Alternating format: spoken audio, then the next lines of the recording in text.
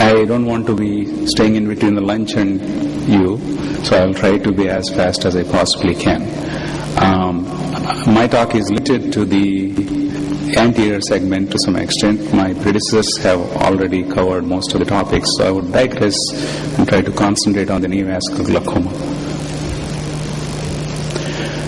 And I'm also going to look at it in a perspective that would make sense in a systems fashion. For any particular disease, we want to know what the etiology or the causative agent is. We identify it, we measure it, and we use treatment to neutralize the effect of it. And unfortunately, at this time, in this particular system, the first part is missing. We know that the VEGF is responsible for the problem.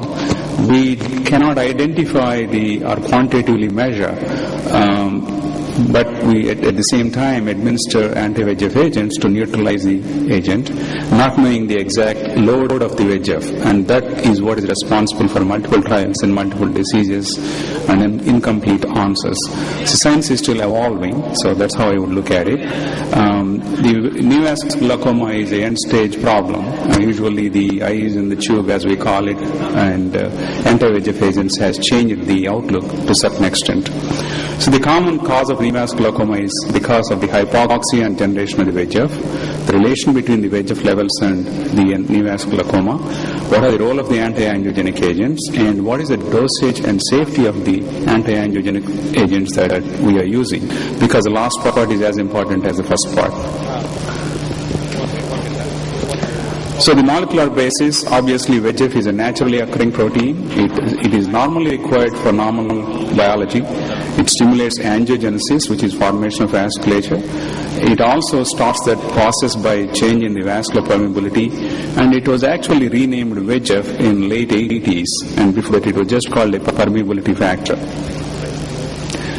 And this is essential for normal embryonic development, because in mouse, for example, if you knock out the VEGF, you can't have the mouse forming at all. So that tells you it's normal requirement, and also homeostatically certain amounts is responsible for the health of the nervous system in general. So that's the other side thing that we need to consider in understanding the side effects of the anti-VEGF agents.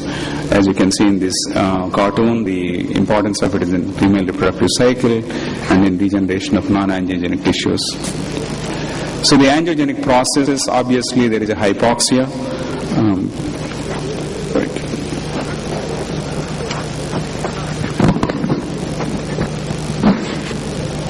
As you can see, this hypoxia there. Hypoxia causes changes in permeability, the endothelial proliferation, the non-canalized tube formation, and followed by the perfusion to the area that is hypoxic. That is how the whole system works. Naturally, any drugs that you want to control, which are the effects of the VEGF, has to be addressed in certain fashion. You already have approved drugs here, Lucentis and Avastin, which basically neutralizes the VEGF before and acts on the existing vasculature. And there are certain other drugs, like Eylea, for example, acts on the receptor so that the VEGF that is released is not attached to the vessel and prevents the formation of the tubes as well as the vasculature. There are multiple isoforms. The isoform 165 is essentially very important for our talk. The isoforms are basically when a gene transcribes, and it can do multiple forms depending on the need and the type of the tissue. So the nature in its evolution has allowed the systems to respond depending on the stimuli and in multiple organs in multiple ways. So the properties of the VEGF are, number one, it stimulates angiogenesis, which we already mentioned, which is formation of vasculature. Number two, it also is a potent inhibitor of vascular permeability. That means before this happens, there is change in alteration. That is what causes macular edema and diabetes and sensory detachments in CR and VMs and associated with macular degeneration. It is also pro-inflammatory, involving the leukocytes in not only acting as storages and platelets in the metabolism of the VEGF that is already generated. I already mentioned on this. The properties of the VEGF are pro-inflammatory. As I mentioned, you can see the vasculature, the non-perfusion, and at the edges of the non-perfusions, the leukocytes deposit and starts the VEGF activity right here. The VEGF paradox is, on one hand, you require it for normal function, and it plays a role in pathological function as well. It's an excellent therapeutic target because of that, and different isoforms are in different functions. So next point, I'm going to focus on what is evidence to support of this in the ophthalmology field. So VEGF and VEGF receptors are expressed in normal eye. The receptors are present in the neural elements of the inner retina.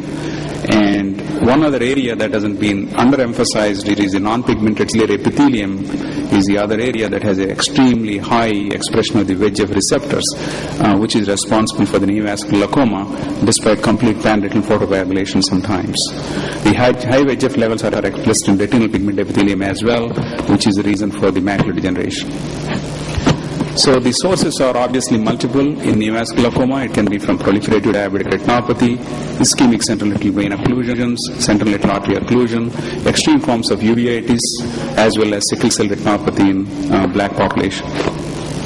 So this is the cartoon that I was earlier mentioning, suggesting on immunohistochemistry the extreme expression of the VEGF in the non-pigmented ciliary epithelium, which acts as a positive loop in antagonizing the avastin that we normally give. So what is the first arm of the evidence for the neovascular glaucoma? Number one, the VEGF levels.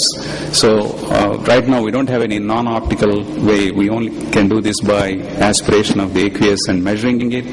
Hopefully in future we'll have basically optical based measurement of the VEGF, like in blood glucose, where you can tell without invasion.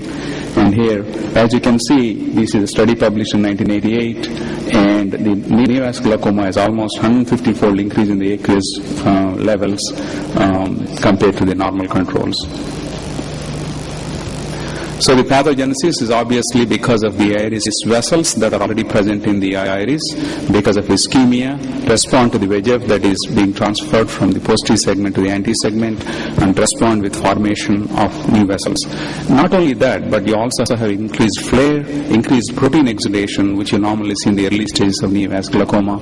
As the previous speaker mentioned, the treating that before the angle closes is extremely important, because in an angiogenesis there are three stages. Number one, you have VEGF levels increased. Number two, tube formation. But it is a fibrous component that comes with the tube formation that is responsible for the zipping of the angle. So identifying and addressing that before that happens is extremely useful in preventing the development of neovascular glaucoma. So what are the treatment options available? And as a retinologist, it is odd that I'm speaking about it, but let me add a couple of points to this. The key principle, as I mentioned, is obviously to reduce the VEGF load, which is 150 to 200 times increased. The number one is the established treatment is pan-retinal photocoagulation for the underlying cause, whether it is CRVO or proliferative diabetic retinopathy, to reduce the amount of load.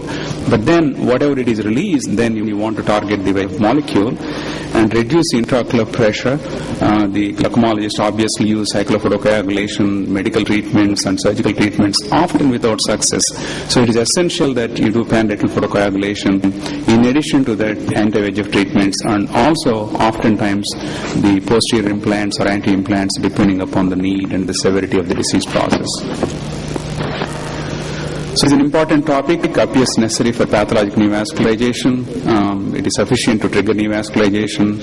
Its preferential role is already suggested in the pathological neovascularization, and blocking makes a lot of sense.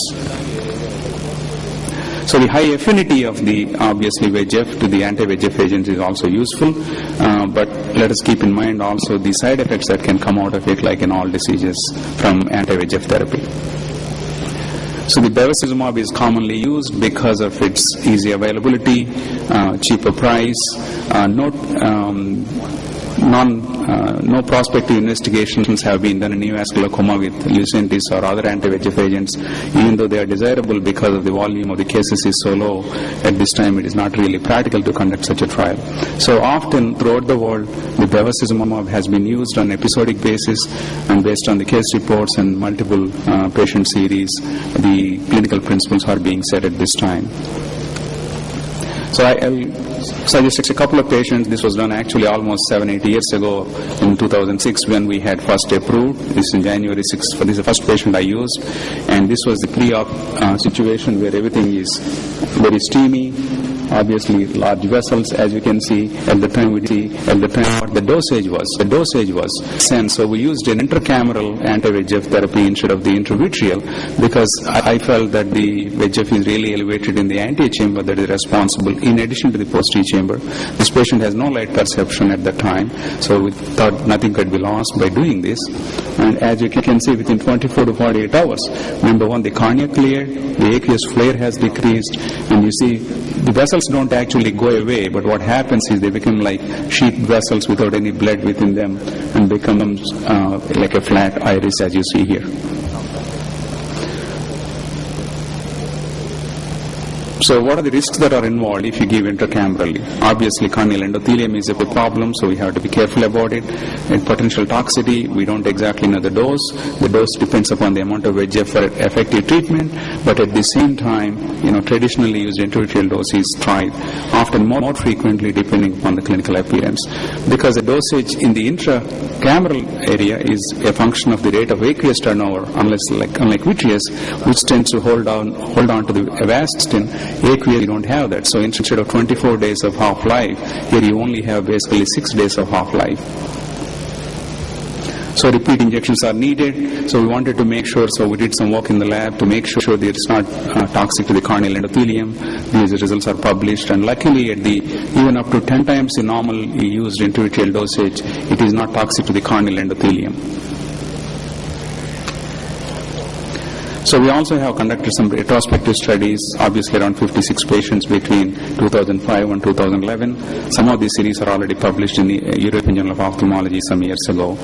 Basically, the 0.05, the standard dose that is used for retina, is used intracamerally. Injection was repeated after a month if the recurrence of iris neovascularization is noted. Because as I mentioned, it only temporizes the situation, it doesn't get rid of the underlying problem, which is your retinal ischemia, which needs treatment simultaneously. These are the results, as you can see here again, within 24 to 48 hours. These are the florid vessels on the iris, basically disappearing within 48 hours, as you can see here. Another patient, one other investigation that we find extremely useful is the iris angiography, usually 2 to 3 weeks later. Normally in the early stages you have extreme leakage here. As you can see here, hardly any leakage, which tells you there is no new activity is going on and the old activity has stabilized. So the results are obviously decrease of new vessels and decreased vascular permeability were observed in all eyes within a week after injection. There are no complications or inflammation from the use of this particular drug. The positive correlation between regression of the new vessels and the control of IOP was noted. 1.25 milligrams in 0.05 is safe and effective dose for intracameral use. So in conclusion, the posterior segment ischemia underlying condition has to be treated to decrease the VEGF levels. The decreasing the VEGF levels by treating the posterior segment is paramount importance.